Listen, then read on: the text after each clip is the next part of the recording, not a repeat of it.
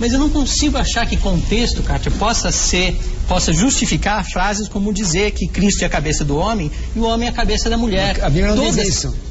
Pode olhar, Coríntios 11, a Bíblia não diz que aquele é a cabeça, ele diz que ele é o cabeça. E é um contexto diferente. E o homem sendo cabeça da mulher, tá. Que contexto Posso justifica responder isso, agora? por favor? O senhor é apologeta ou polemista? Eu sou ateu. Exatamente, é isso que eu estou dizendo. Então, deixa eu interrompê-lo só mais um pouco. Eu permito que o senhor me interrompa. Com a devida vênia. Veja. Vai lá.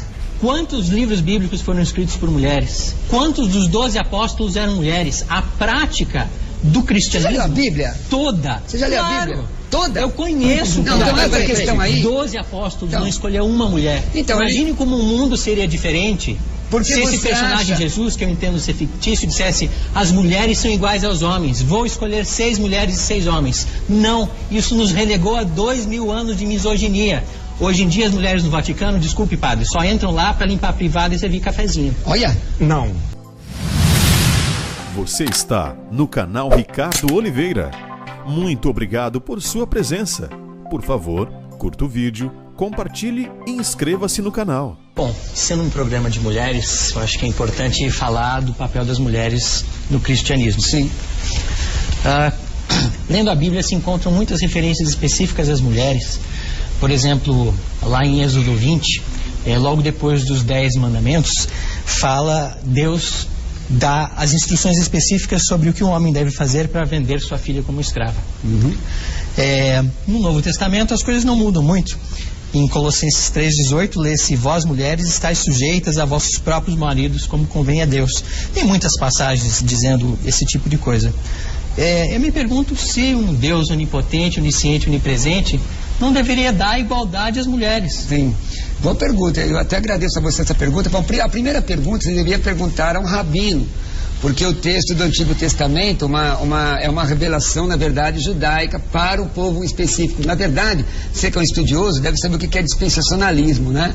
Dispensacionalismo são períodos de tempo em que Deus trata com a humanidade de forma específica, mostrando sempre que a humanidade não pode salvar-se a si mesma.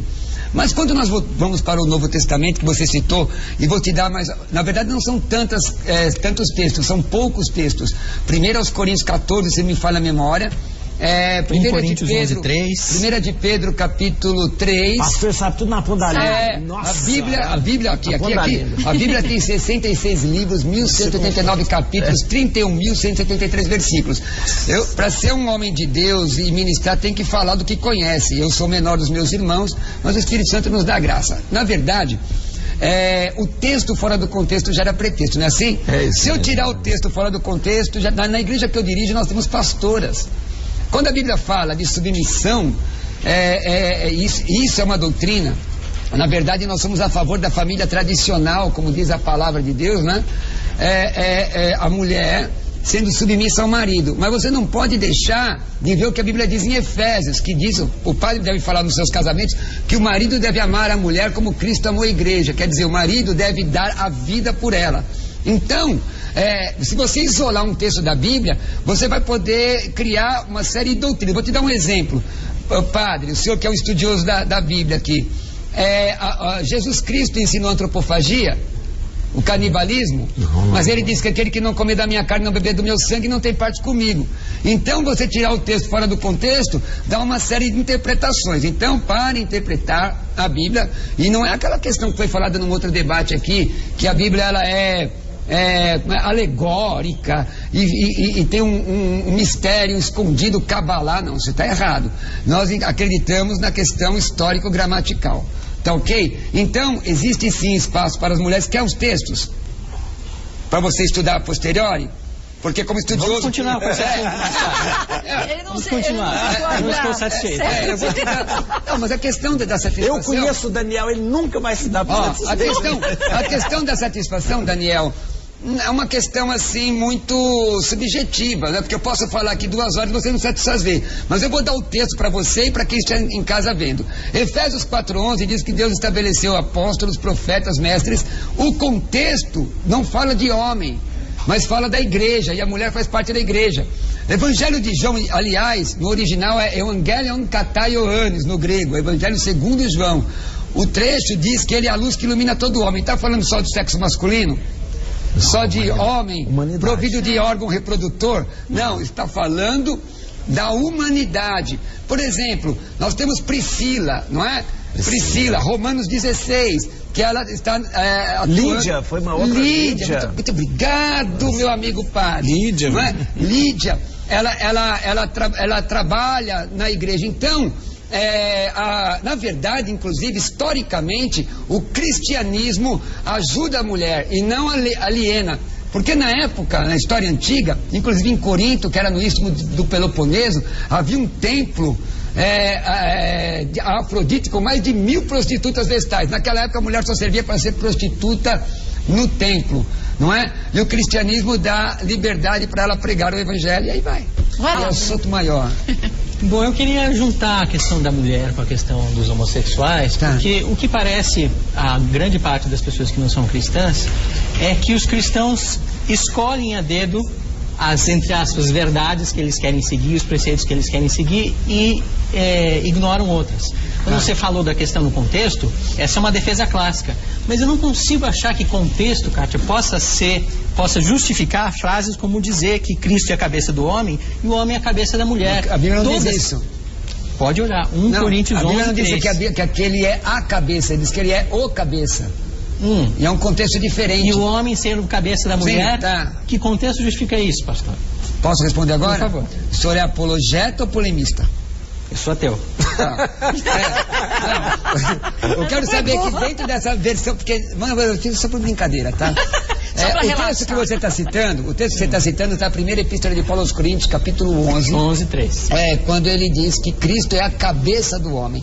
Na verdade, a Bíblia foi escrita e a história mostra num contexto patriarcal. É óbvio. Exatamente, é isso que eu estou dizendo. Então, deixa eu interrompê-lo só mais um pouquinho. Eu permito que o senhor me interrompa. Com a devida vênia. Veja. Vai lá. Quantos livros bíblicos foram escritos por mulheres? Quantos dos 12 apóstolos eram mulheres? A prática do cristianismo... Você já leu a Bíblia? Toda. Você já leu a Bíblia? Toda? Eu conheço o que peraí. Você começou a ser a sua assertiva com a questão parece. Parece não quer dizer que seja. Uma coisa pode parecer e não ser. Para ser, você tem que conhecer. Você tem que entrar dentro da questão da teoria do conhecimento, por exemplo, epistemologia. Vamos voltar ao assunto? Não, mas eu estou voltando. Eu estou te dando o quadro para chegar lá. Porque não adianta chegar aqui no... 2 milhões de pessoas e jogar uma assertiva. Muito simples, então essa questão aí... 12 apóstolos não escolheu uma mulher. Então, imagine como o mundo seria diferente se esse personagem Jesus, que eu entendo ser fictício, dissesse: as mulheres são iguais aos homens, vou escolher 6 mulheres e 6 homens. Não, isso nos relegou a 2000 anos de misoginia. Hoje em dia as mulheres no Vaticano, desculpe padre, só entram lá para limpar a privada e servir cafezinho. Olha. Não, as mulheres vou bater pra baixo. Mas essa batina, eu vou ficar no meio dessa batina. Não pode. Mas as mulheres não podem. O machismo, tradicionalmente, é um dado. Deixa eu lhe dizer uma coisa. Daniel, no espiritismo... Deixa eu lhe dizer uma coisa. O senhor está livre dessa. Deixa eu lhe dizer, uma religião... Do racismo. Olha, o racismo... Uma religião, porque não? Mas eu não posso. A mulher, seja ela... A mulher... não é uma raça específica. Isso é uma questão de ciência. Bom, mas tudo bem. Na verdade, o Daniel... Onde está a igualdade da mulher? Deixa eu lhe dizer uma coisa. Então, eu vou responder isso. Mas primeiro eu quero te responder uma coisa ao senhor e aos nossos mais de 2 milhões de telespectadores. Toda religião que tenta adaptar-se às conveniências do mundo ou pós-modernismo, ela não presta. Na verdade, o cristianismo apronta paradigmas para que nós nos adequemos a ele. Então, agora explicando esse texto dentro do contexto histórico que você está citando, Corinto. Em Corinto havia, como eu disse, era uma igreja no istmo do Peloponeso, deve conhecer de geografia, né? Onde se passava barco pelo meio da cidade e havia um templo Afrodite com 1000 prostitutas vestais. Por que Paulo cita essa questão da mulher ali? Porque a mulher entendeu, inclusive, vou te dar o autor, porque é bom dar o autor também, Pilman, um escritor judeu, no seu livro A Bíblia Livro por Livro, ele é judeu, convertido ao cristianismo, já falecido. Ele explica que as mulheres naquela época entenderam a mensagem da liberdade de Paulo equivocadamente, né? E elas, por conta da liberdade, que conhecereis a verdade vos libertará, elas tentavam ser iguais às prostitutas do templo de Afrodite. E isso causou uma celeuma. Você vê que isso acontece lá. Quando você interpreta o texto, Você tem que interpretar o texto. Isso é doutrina? Isso se aplica só àquele lugar? Por que Jesus não escolheu uma mulher? Primeiro, Jesus não era legalista, ele era supralegalista.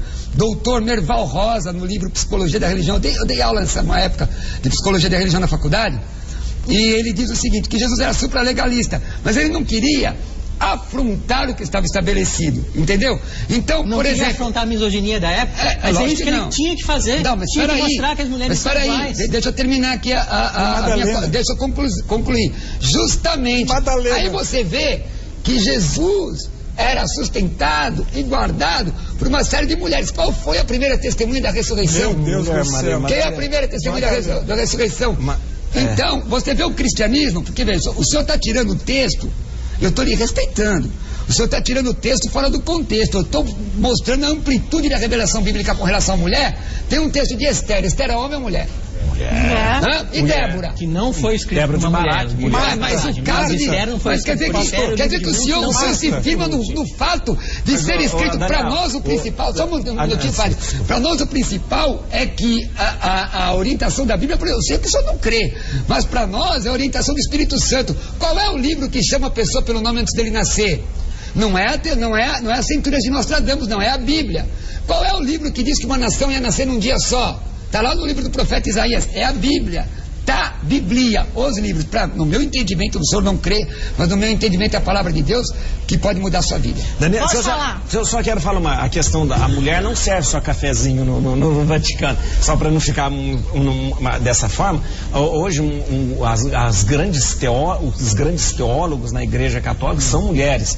Nós temos a Academia de Ciência dentro do Vaticano, que nós temos 26 ganhadores do Prêmio Nobel, tem mulheres também. Ricardo Oliveira, proclamando as boas novas do reino. Lembre-se, a verdade sempre vence.